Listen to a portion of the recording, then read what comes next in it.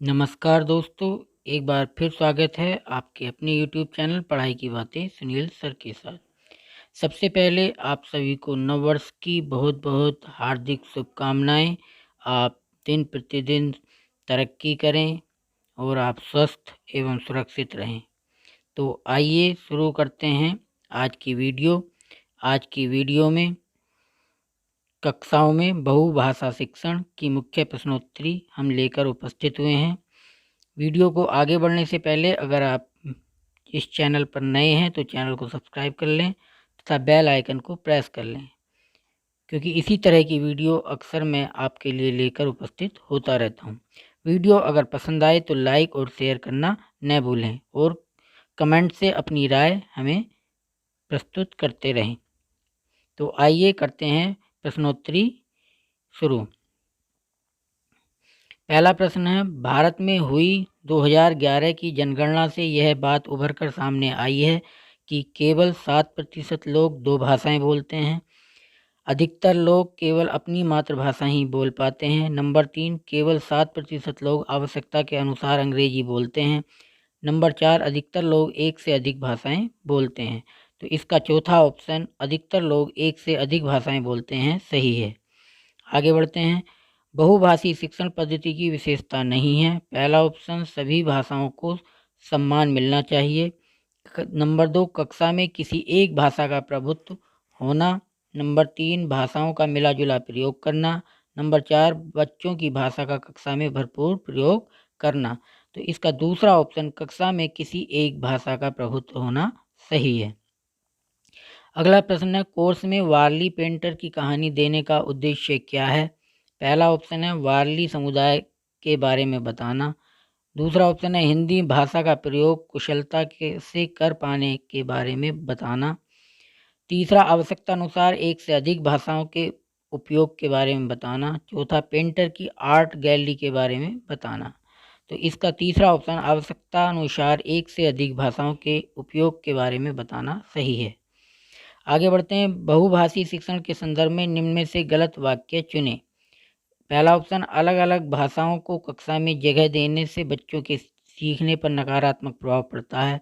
दूसरा, विद्यार्थी उस भाषा में सबसे ढंग से सीखते हैं जिसे वे सबसे अच्छी तरह जानते हैं। तीसरा, शिक्षक और बच्चों द्वारा भाषाओं का मिलाजुला प्रयोग किया जाता है। चौथा, प्रथम भाषा में जितना अधिक अध्यापन और शिक्षण होता है, शैक्षणिक परिणाम भी उतने ही बेहतर होते हैं। तो इसका पहला ऑप्शन, अलग अलग भाषाओं को कक्षा में जगह देने से बच्चों के सीखने पर नकारात्मक प्रभाव पड़ता है, सही है। आगे बढ़ते हैं। निम्न में से कौन सा बच्चा सबसे अधिक मुश्किलों का सामना करेगा। पहला ऑप्शन, सवाना, जिसके घर की भाषा अंग्रेजी है और कक्षा में भी अंग्रेजी भाषा में पढ़ाई होती है। दूसरा, कमला, जिसके घर की भाषा बागड़ी है और कक्षा में बांगड़ी एवं हिंदी भाषा का मिला जुला प्रयोग होता है। तीसरा, दीपक, जिसके घर की भाषा संथाली है और बाजार में हिंदी भाषा सुनने के कुछ अनुभव मिलते हैं और कक्षा में हिंदी भाषा में पढ़ाई होती है। चौथा ऑप्शन है, रमेश, जिसके घर और समुदाय में जब भोजपुरी बोलते हैं और कक्षा में अंग्रेजी भाषा का प्रयोग होता है। तो इसका चौथा ही ऑप्शन, रमेश, जिसके घर और समुदाय में सब भोजपुरी बोलते हैं और कक्षा में अंग्रेजी भाषा का प्रयोग होता है, सबसे अधिक मुश्किलों का सामना करना पड़ेगा। अगला प्रश्न है, राष्ट्रीय शिक्षा नीति 2020 में बहुभाषी शिक्षण के संदर्भ में उल्लेख किया गया है। पहला ऑप्शन, जहां तक संभव हो कक्षा 5वीं तक शिक्षण का माध्यम राज्य की भाषा हो। दूसरा ऑप्शन, जहां तक संभव हो कक्षा 8वीं में बच्चों को शिक्षण का माध्यम चुनने की स्वतंत्रता हो। तीसरा ऑप्शन, जहां तक संभव हो कक्षा 5वीं तक शिक्षण का माध्यम बच्चों की समझ की भाषा हो। चौथा ऑप्शन, जहां तक संभव हो कक्षा 8वीं तक के बच्चों के शिक्षण का माध्यम अंग्रेजी ही हो। तो इसका तीसरा ऑप्शन, जहां तक संभव हो कक्षा 5वीं तक शिक्षण का माध्यम बच्चों की समझ की भाषा हो, सही है। अगला प्रश्न है, बुनियादी साक्षरता और संख्या ज्ञान FLN मिशन की सफलता के लिए आवश्यक है बच्चों की परिचित भाषा का प्रयोग करना। दूसरा ऑप्शन, कक्षा 1 में अंग्रेजी की शिक्षा। तीसरा ऑप्शन, प्रति सप्ताह परीक्षा लेना। चौथा ऑप्शन, सामान्य ज्ञान पर जोर देना। तो इसका पहला ऑप्शन, बच्चों की परिचित भाषा का प्रयोग करना ही सही है। अगला प्रश्न है, रोजमर्रा के जीवन में हम में से अधिकतर लोग कैसी भाषा का प्रयोग करते हैं। पहला, मिलीजुली भाषा। दूसरा, शुद्ध भाषा। तीसरा, मानक भाषा। चौथा, राष्ट्रभाषा। तो इसका पहला ऑप्शन, मिलीजुली भाषा का ही प्रयोग करते हैं। अगला प्रश्न है, वह भाषा जो औपचारिक तौर पर पाठ्य पुस्तकों, शिक्षण सामग्री और शिक्षण प्रक्रिया में इस्तेमाल की जाती है, वह भाषा कहलाती है। तो पहला ऑप्शन घर की भाषा, दूसरा मातृभाषा, तीसरा शिक्षक की भाषा और चौथा शिक्षण का माध्यम। तो हम सब जानते हैं चौथा ऑप्शन शिक्षण का माध्यम इसका सही है। अगला प्रश्न, भाषा शिक्षण से जुड़ी भ्रांति चुनिए। जितनी छोटी उम्र में बच्चों को अपरिचित भाषा में पाठ्य पुस्तकें पढ़ने के लिए देंगे, बच्चे वह भाषा उतनी जल्दी सीखेंगे। दूसरा ऑप्शन है, बहुभाषी शिक्षण में अपरिचित भाषा सीखने सिखाने के लिए बच्चों की मातृभाषा का प्रयोग भी किया जाता है। और तीसरा ऑप्शन है, बच्चों की भाषा उन्हें अन्य भाषाओं सीखने के लिए मजबूत आधार देती है। चौथा ऑप्शन है, घर की भाषा के प्रयोग से बच्चों का आत्मविश्वास बढ़ता है। तो इसका पहला ऑप्शन, जितनी छोटी उम्र में बच्चों को अपरिचित भाषा में पाठ्य पुस्तकें पढ़ने के लिए देंगे, बच्चे वह भाषा उतनी जल्दी सीखेंगे। भ्रांति। अगला है, कमला राजस्थान के कोटा जिले में रहती है, उसके घर की भाषा हड़ौती है। उसने स्कूल शुरू होने के 4 महीने बाद स्कूल में दाखिला लिया है और आज उसका स्कूल में पहला दिन है। आप ऐसा क्या करेंगे जिससे कमला सहज महसूस कर सके? तो इसका पहला ऑप्शन है, अभी तक उसकी कक्षा में जितनी भी कक्षा कार्य हुए हैं उन्हें कमला को पूरा करने के लिए कहेंगे। दूसरा ऑप्शन, पहले दिन से ही कक्षा में हिंदी भाषा का प्रयोग करेंगे जिससे वह स्कूल में पढ़ाए जाने वाले सभी विषयों को अच्छी तरह से समझ पाए। तीसरा ऑप्शन, कमला के साथ गतिविधि पर आधारित अंग्रेजी के कुछ गीत गाएंगे और उसे याद करने के लिए भी कहेंगे। चौथा ऑप्शन, कमला से हड़ौती भाषा में खूब सारी अनौपचारिक बातचीत करेंगे। तो इसका चौथा ऑप्शन ही सही है, कमला से हड़ौती भाषा में खूब सारी अनौपचारिक बातचीत करेंगे। अगला प्रश्न है, इनमें से सही कथन है। भाषाएं परस्पर एक दूसरे से मिले जुले रूप में ही विकसित होती हैं। दूसरा, मातृभाषा में मजबूत पकड़ बनने में से बच्चों को दूसरी भाषा सीखने में कठिनाई आती है। तीसरा, एक भाषा का मजबूत विकास दूसरी भाषा को सीखने में कठिनाई पैदा करता है। और चौथा ऑप्शन, मातृभाषा में लंबे समय तक शिक्षण करने से हिंदी और अंग्रेजी भाषा सीखने के लिए समय नहीं बचता है। तो इसका पहला ही ऑप्शन, भाषाएं परस्पर एक दूसरे से मिले जुले रूप में ही विकसित होती हैं, सही है। अगला प्रश्न है, ज्ञान के सृजन के लिए किस भाषा की आवश्यकता है? परिचित भाषा, मानक भाषा, राष्ट्रभाषा या राजभाषा? तो इसका पहला ही ऑप्शन परिचित भाषा सही है। अगला प्रश्न है, शिक्षण कार्य में L1 का प्रयोग करने से। पहला ऑप्शन, बच्चों को अकादमिक अवधारणाएं समझने में मुश्किल होती है, बच्चे कुंठित महसूस करते हैं, बच्चे रटने में बेहतर हो जाते हैं, बच्चों को सभी विषय समझने में मदद मिलती है। तो इसका चौथा ऑप्शन है, बच्चों को सभी विषय समझने में मदद मिलती है।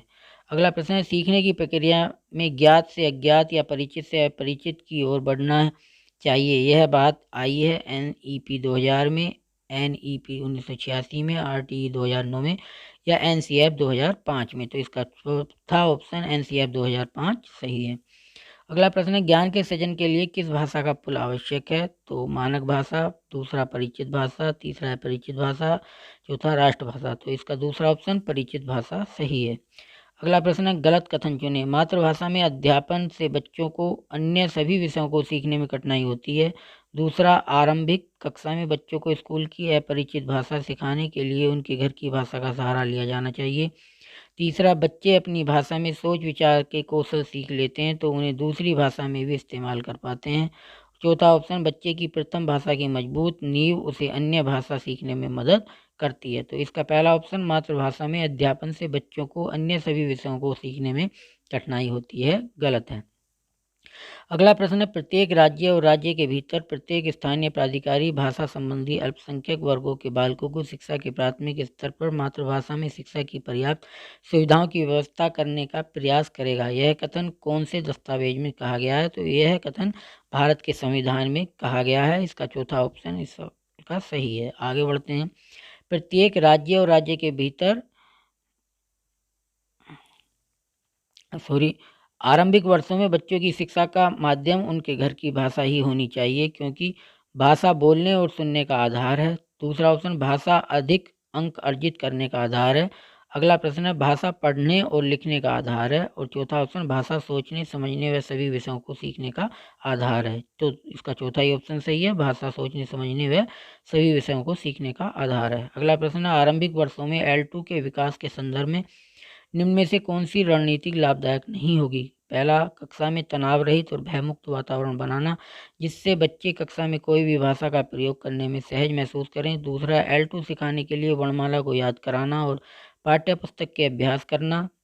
तीसरा L2 में बच्चों के स्तर की सहज मौखिक बातचीत और गतिविधियां कराना, और L2 में आधारभूत शब्द भंडार विकसित करने पर कक्षा में जोर देना। यहाँ मैं आपको बताना चाहूँ कि L2 होती है द्वितीय भाषा और प्रथम भाषा L1। तो इसका दूसरा ऑप्शन L2 सिखाने के लिए वर्णमाला को याद कराना और पाठ्य पुस्तकों के अभ्यास कराना लाभदायक नहीं होगा।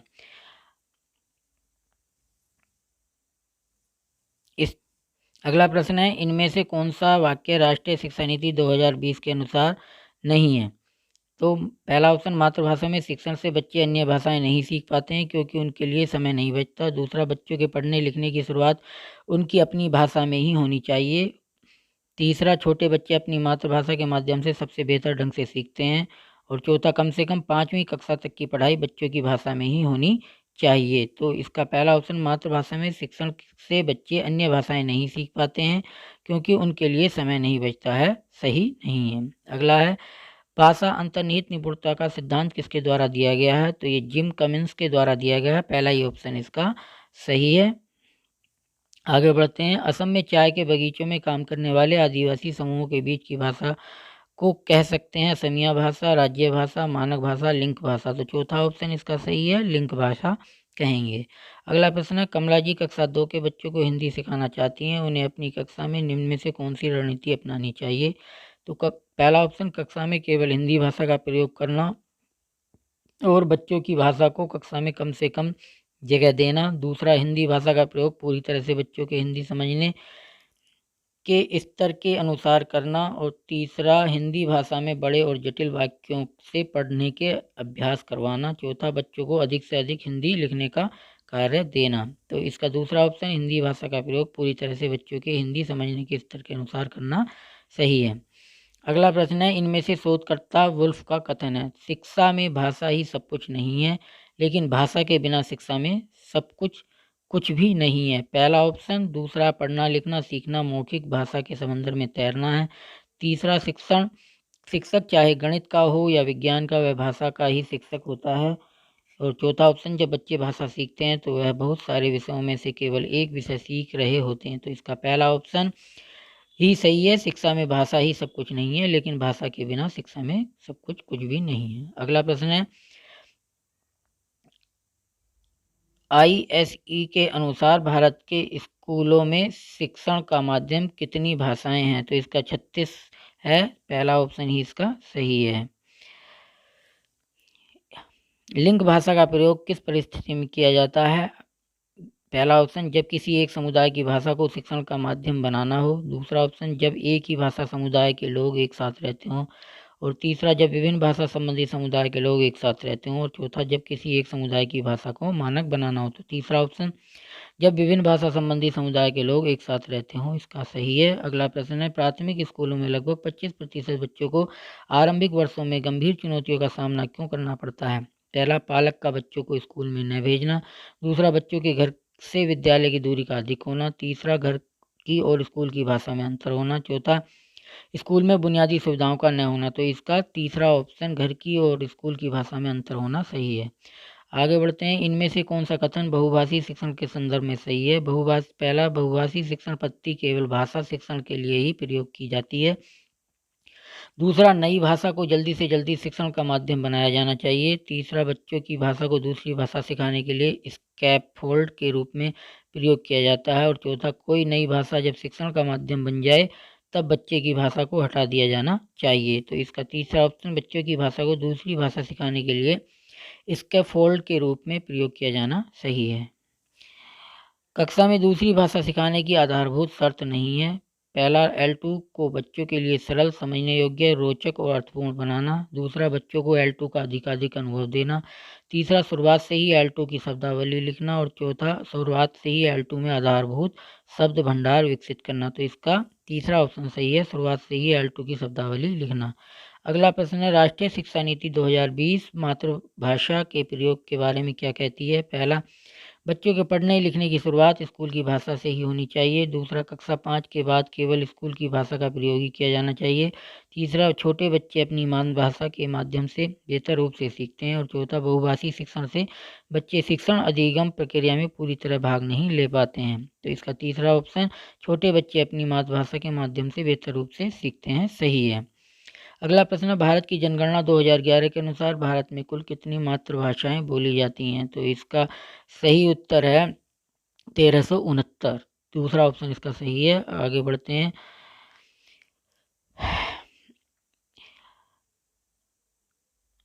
आम भाषा L1 से तात्पर्य है अकादमिक भाषा, लिंक भाषा, बच्चे की समझ की भाषा, स्कूल की मानक भाषा। तो इसका तीसरा है बच्चे की समझ की भाषा। बहुभाषिकता का अर्थ है किसी व्यक्ति का दो या दो से अधिक भाषाओं का प्रयोग करना। दूसरा ऑप्शन, किसी व्यक्ति को अपनी भाषा के साथ अंग्रेजी का ज्ञान होना। किसी व्यक्ति एक भाषा को जानना व प्रयोग करना। और कक्षा में हिंदी और अंग्रेजी भाषा में शिक्षण करना। तो इसका पहला ऑप्शन, किसी व्यक्ति का दो या दो से अधिक भाषाओं का प्रयोग करना, बहुभाषिकता का अर्थ है, सही है। अगला प्रश्न है, भाषा के कारण क्षति उठाने वाले बच्चों में कौन शामिल नहीं है? तो इसका पहला ऑप्शन, अंग्रेजी भाषा में पढ़ने वाले बच्चे जिनके घर में अंग्रेजी भाषा का माहौल है, सही है। बाकी ऑप्शन गलत हैं।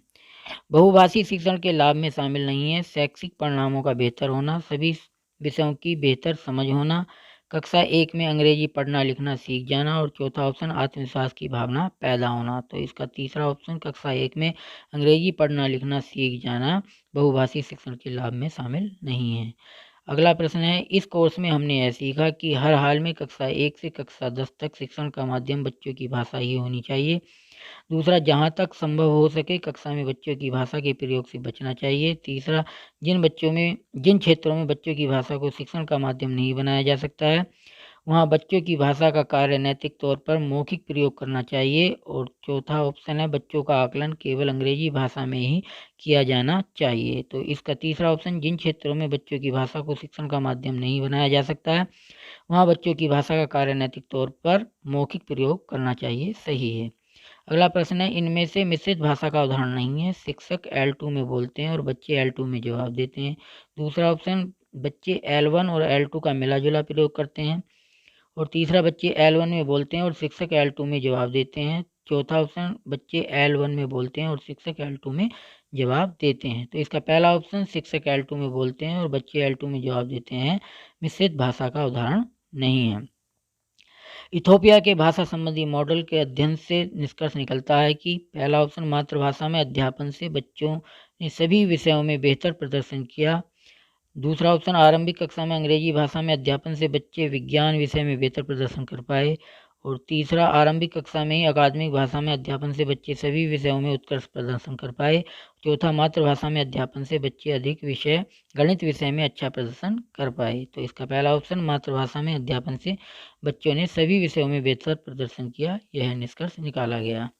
तो इस तरह से हमने इस प्रश्नोत्तरी के 40 प्रश्न किए और इसमें से मैं समझता हूँ कि आपको 20 प्रश्न अवश्य ही प्राप्त हो जाएंगे। वीडियो देखने के लिए धन्यवाद। नमस्कार।